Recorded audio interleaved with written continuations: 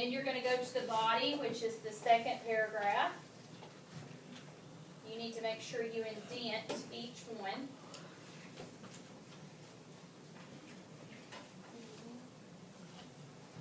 Three paragraphs is really all I'm looking for. 3. Tell me what you're inviting the person to. The second one, you can add more. You can tell what's going to be happening there. You know, you're making all this up so it can be some grand, elaborate event. Make me want to come to it. And then the third one was in conclusion.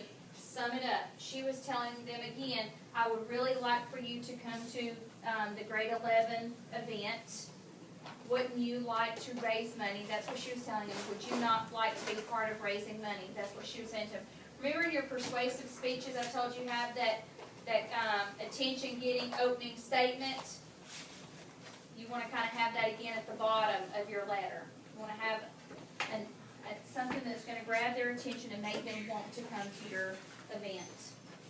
Then you're going to skip a line and do your closing. What would your closing say? Not bye. Sincerely. Hope to see you there. Not from. Your friend.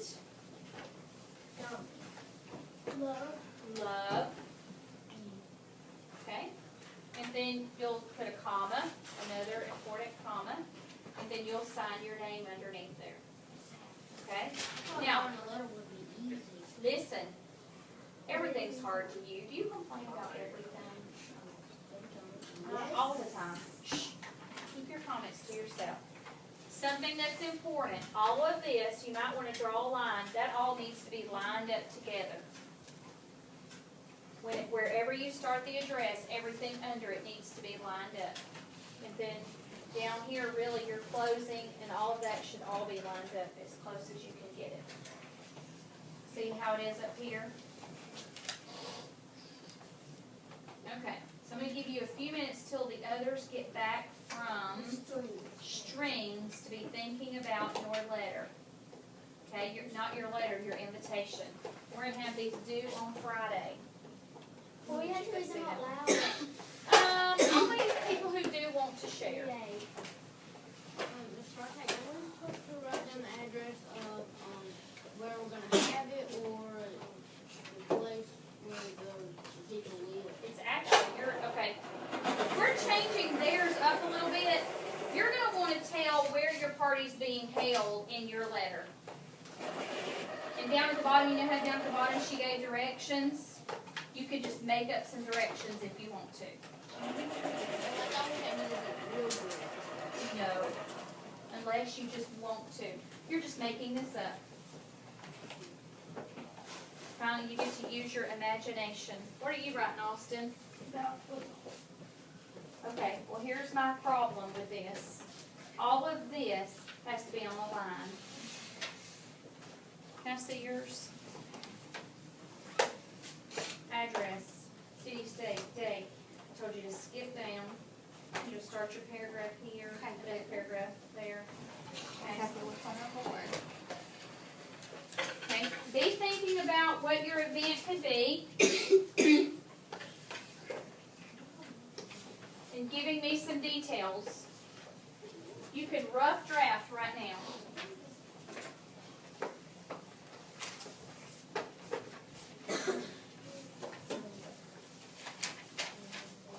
What are you going to invite somebody to?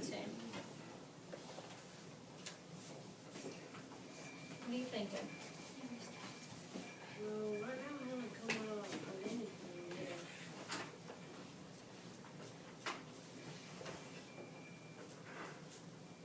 Let me give you something? Or you want to try to make up something on your own? Huh? Wish for a cure? Okay. Did you make that up or is it something? I made that up. Okay, so you can make up your own. No, that's actually Mercedes thing. Yeah.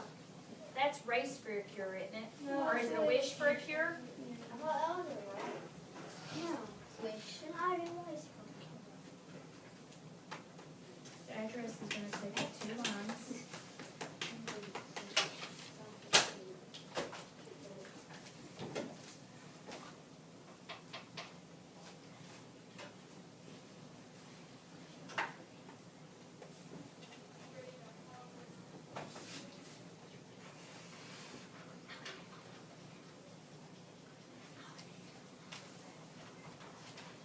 That's how it's gonna be.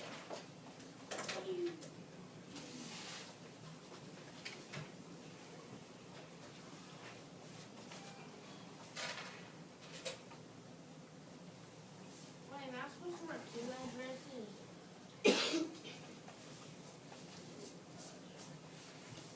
It will be the number, and it will be the street. I live at 2924 Langdale Street. Underneath there, you have to put the city and the state with the zip code. There's address, 2 lines for address. Yeah, I didn't want to go downstairs. Come on, guys. So you're gonna do all the arrays.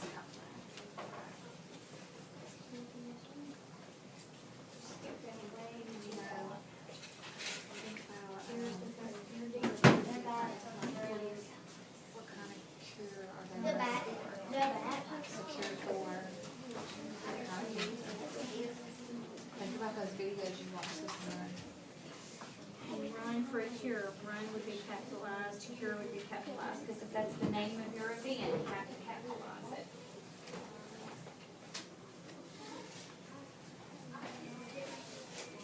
Hey Brandon, hurry up, get it written down. You've got 2 lines for the address, and then you didn't put date underneath there.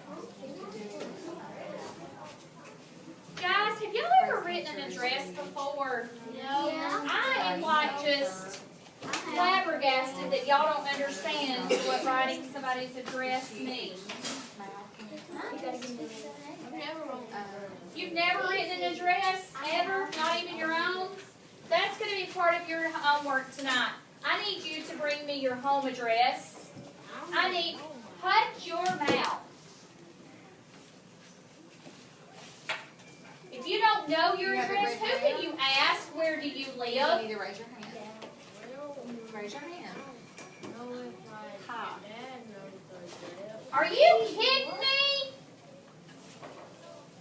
I'm sorry, I can't even talk to you anymore right now. I'm sorry. I'm sorry. I'm about to lose it. So you should say it. So what should you do? I need you to come tomorrow with your address on a sheet of paper. Jagger, what's your address? Down. Give me everything. 1226 Is conclusion. with a 1. Okay. US Highway 278. What's the name of the city? So you don't know your address. Is it Piedmont? Is it Hope's Bluff? Piedmont. It's P-I-E. How you spell Piedmont? P-I-D. Okay. What's your zip code?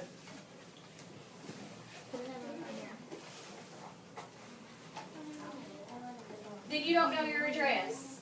If you were, okay, here's the thing. Hush. You are in 5th grade. Let me tell you something. You are in 5th grade. You should know your address in case you get kidnapped. You need to know your address in case you get kidnapped. And you need to know a phone number other than 911 so you can get in touch with your parents. That is important information that you should know. You would not believe how many times I have carried a 5th grader over there to call their parents and they don't know their phone number. You need to have phone numbers and addresses memorized. How many of you know your home address? If I don't say anything to me, raise your hand. You know your house number, you know your street, you know your city, you know your state, you know your zip code. Sean, you don't know your address? I know my address, but I don't know my phone number. Y'all need to know this information. That is important stuff. What if the police officer was saying, where do you live? Well, what if that some terrible person has carried you 3 states away? Oh, I live in Hopes Bluff. Well, where in Hopes Bluff do you live? You got to be able to give them an address, y'all. That's important life skills. And don't tell me your daddy doesn't know what your address is. I said I don't think. I'm going to tell him that. I'm going to call him and say, Clay said you don't know what your address is, and see what he says. That is your homework, part of your homework. You have to come to school tomorrow with an address where you live. Now, some of you may have 2 houses. My boys have 2 houses. They have their house with their dad. They have a house with me. You may have 2 addresses. You need to learn both of them too. You need to know where you live. I still remember my address and phone number from when I was a little girl your age. 205-833-9353. Holy cow. I still remember that. Y'all need to know this stuff. It's important. Okay. I need you to get out your math books and a highlighter. Nothing disturbs me more.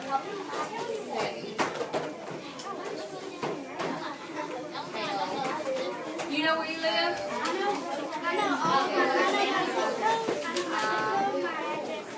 You need to know